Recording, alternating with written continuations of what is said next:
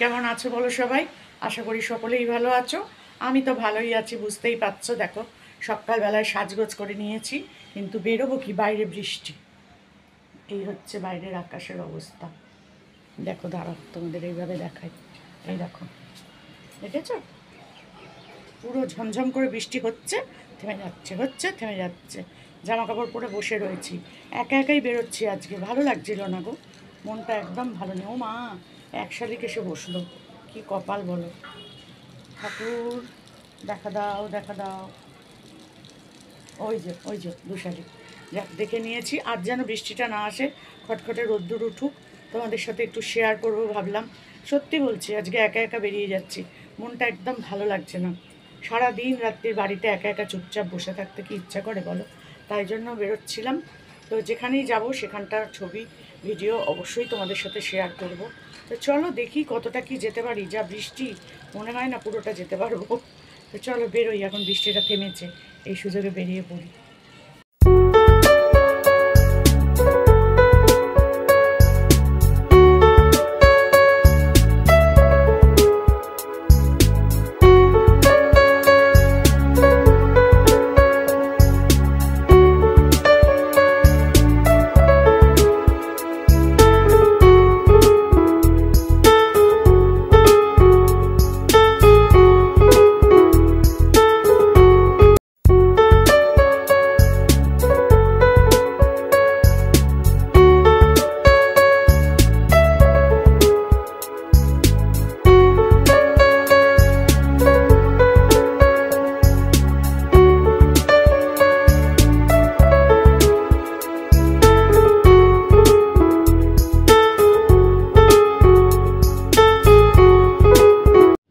তো জায়গাটা দেখে নিশ্চয়ই তোমরা বুঝতে পারছো আমি কোনখানে এসেছি। আমি এসেছিলাম দক্ষিণেশ্বর মন্দিরে, কিন্তু মন্দির বন্ধ হয়ে গেছিলো। তো তাই ভাবলাম একটু আদ্যাপীঠ যাই। আমি আদ্যাপীঠটা সেই অনেক বছর আগে, বিয়ের আগে একবার গেছিলাম, তারপর আর যাওয়া হয়নি। তারপর এই ফেরিঘাটে এসে দেখি প্রচুর লোক। তো আমি ভাবলাম যাক, একা তো হব না, এখানেই অনেক বন্ধু পাতিয়ে নিলাম। অনেকক্ষণ বাদে লঞ্চ এসছে, মানে এখানে এসেছে। আর লঞ্চ যে চলে গেছে, আমি ঢুকতেই লঞ্চটা ছেড়ে দিয়েছে। তো এবার বললো যে হ্যাঁ চলুন, এবার গেট খুলে দিয়েছে, বললো এবার চলুন। এবার ওই যে ব্রিজের ওপর দিয়ে হাঁটতে হচ্ছিল, এত ভালো লাগছিল না, তোমাদের কি বলবো। মনে হয় ভাটা ছিল না কি জানি না, অনেকটা। এইদিকে ব্রিজ আর এইদিকে এইরকম মানে জেটিতে যাওয়ার ব্রিজ, এটাও তো জেটিই বলে মনে হয় খুব সম্ভবত। তো যাই হোক, আর এই যে সামনে দেখছো সাদা শাড়ি পরা মেয়েটা, সমানে মায়ের সাথে ফোনে ঝগড়া করতে করতে যাচ্ছে, বুঝেছো? আমার তো বেশ হাসি পাচ্ছিল। এদের সাথেই আমি আবার গল্প করতে শুরু করেছিলাম। মানে বাচ্চা ছেলে মেয়ে তো, বেশ ওদের সাথেই এক দলে ভিড়ে গেছিলাম। তো ওরাও যাচ্ছিল আদ্যাপীঠ, ওরা মন্দিরে পুজো দিতে পেরেছিল, কিন্তু আমার আর হয়নি, তখন মন্দির বন্ধ হয়ে গেছে। তাই জন্য বসে না থেকে বেরিয়ে পড়েছিলাম যে না, ঘুরে আসি আজকে আদ্যাপীঠ। আর এইভাবে বড় এখন লঞ্চ হয়েছে, অসুবিধা নেই, নৌকা হলে যেতাম না, বাপরে বাপ। তো চলো আস্তে আস্তে হাঁটতে হাঁটতে যাই, এসে পৌঁছে যাবো হচ্ছে তোমার লঞ্চে। কিন্তু এতটা রাস্তা হাঁটতে হচ্ছে, গঙ্গার প্রায় মাঝখান অবধি হেঁটেই চলে এসেছিলাম।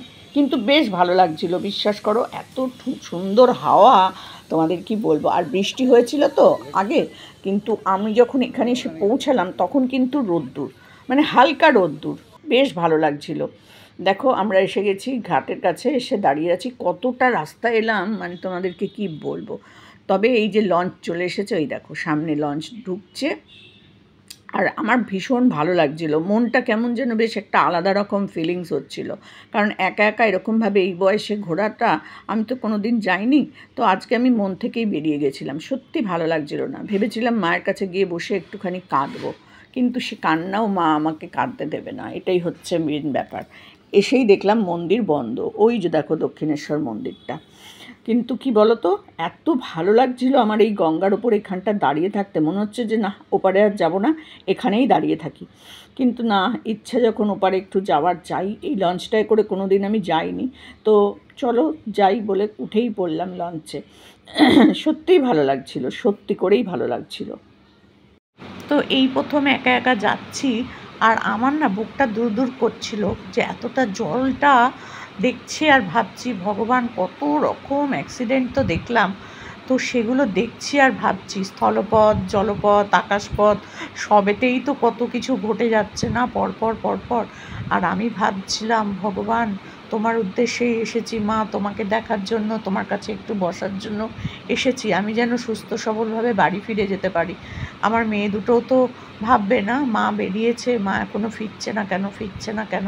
আমি ছাড়া ওদের তো আর কেউ নেই না, না আছে মামা, না আছে মাসি, না আছে কাকা, না আছে পিসি, আছে সবই কিন্তু কিছুই নাই। আমি ওদের কাছে সব, জানো তো। তাই জন্য আমি শুধু ভাবি যে ভগবান আমাকে ঠিক ঠিক টাইমে যেন ফিরিয়ে দেয়। তো চলো যাচ্ছি আর ভাবছি, মাকে ডাকতে ডাকতে যাচ্ছি। ওপারে গিয়ে যদি মায়ের মন্দির খোলা না পাই, অনেকে আবার বলছিল যে এই 4টের আগে খুলবে না, 4টের আগে খুলবে না, কিন্তু কি করব। এই যে দেখো মুখে এরকম মুখটা করে বসে আছি আর মাথায় একরাশ সাদা চুল। যাই হোক, এই সাদা চুলের জন্য কিন্তু অনেক ফেসিলিটি পাওয়া যাচ্ছে, জানো তো। দিদা বসুন বসুন, বা মাসিমা আপনি সামনে বসতে পারবেন না, পেছনে বসুন। এই জিনিসগুলো কিন্তু আমার বেশ ভালো লাগছে, বিশ্বাস করো। বয়স্কদের একটা বেশ সম্মান পাওয়া যায়, যাই বলো তাই বলো। তো দেখো কি সুন্দর লাগছে জলটা। আর এই দেখো ব্রিজের তলা দিয়ে যাচ্ছি, বালি ব্রিজ এটা। তো বেশ ভালো লাগছিল। আর তার পাশে হচ্ছে কি যেন আরেকটা সেতু, আমার অত নাম মনে থাকে না বাবা, তোমরা তো জানো, তোমরা একটু বসিয়ে নিও যে এটা এই সেতু, ওটা ওই ব্রিজ, এটা ওটা সেই। তো যাই হোক, দুটো পরপর আছে এখানে ব্রিজ। তো এই দেখো একটা পার হয়ে এলাম, একটা দিয়ে বোধহয় ট্রেন যায় আর একটা দিয়ে হচ্ছে বোধহয় বাস লরি ফরি যায়, এরকমই হবে কিছু একটা। তো যাই হোক, ওপর দিয়ে যখন যাই তখন মাকে প্রণাম করতে করতে চলে যাই, তখন বুঝতে পারি না কোনটার ওপর দিয়ে যাচ্ছি আর কোনটার ওপর দিয়ে আসছি, সত্যি বলছি। তো ওপর দিয়ে তো অনেকবার গেছি, কিন্তু নিচ দিয়ে আমি যাচ্ছি এই প্রথম।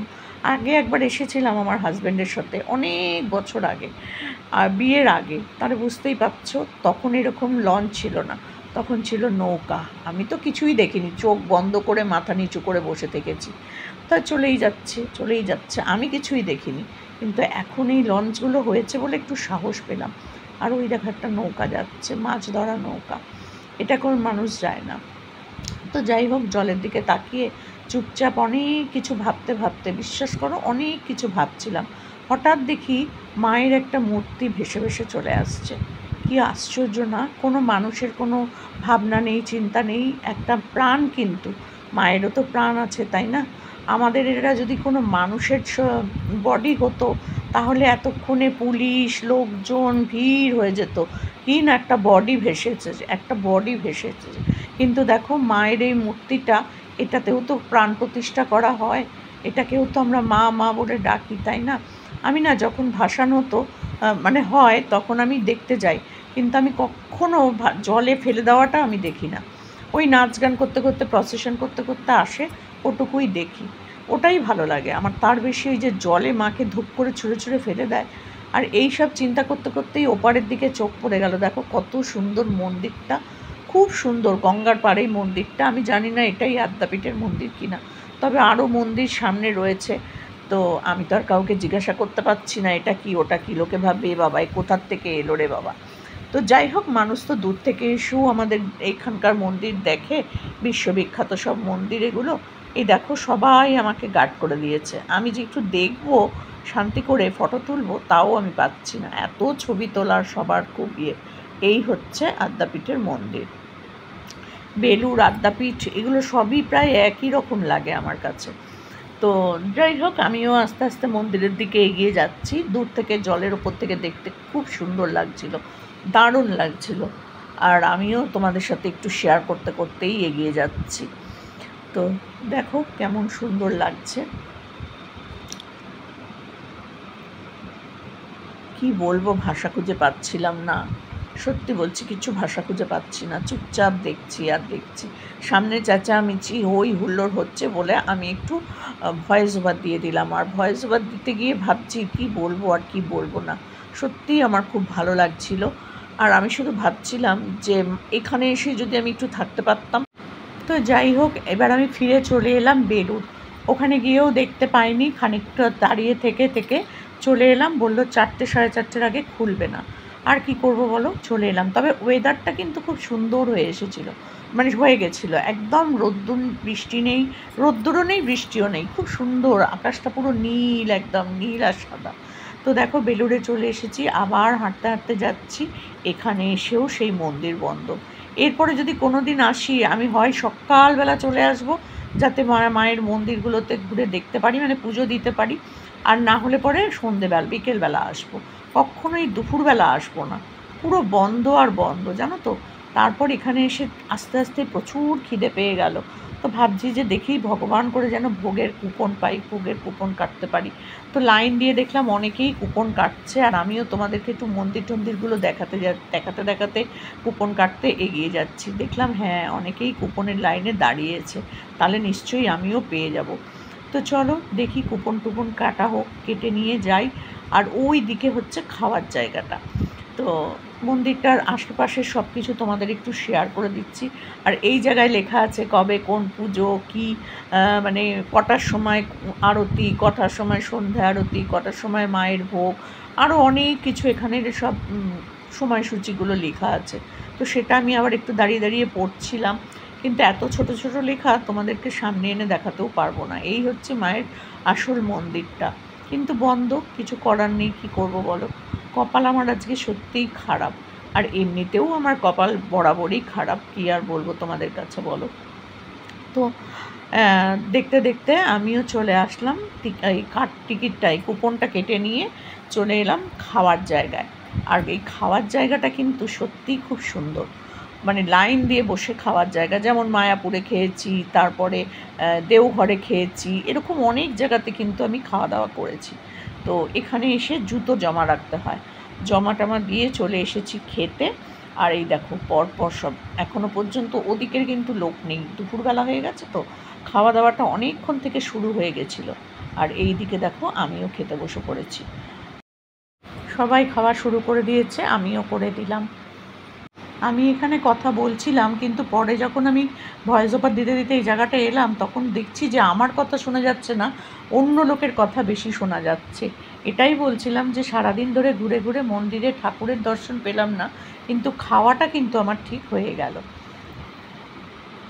প্রথমে পোলাও আর বেগুনি খাওয়ার পর দিয়ে গেছিলো ভাত, তার সাথে দিল হচ্ছে একটা তরকারি আর বিউলির ডাল, আর হচ্ছে গিয়ে তারপর দিয়ে গেল হচ্ছে চাটনি আর পায়েস। তো দেখো সবাই খাচ্ছে খুব মনোযোগ দিয়ে। তো খাওয়া দাওয়া করে মন্দির থেকে বেরিয়ে গেলাম বাড়ি চলে আসার উদ্দেশ্যে। আর দেখো আসার পথে দেখলাম এখানটায় সবাই মানতের জন্য সুতো বেঁধে যায়, কিন্তু মন্দির যেহেতু বন্ধ আমিও আর কিছু করতে পারলাম না, চলে এলাম।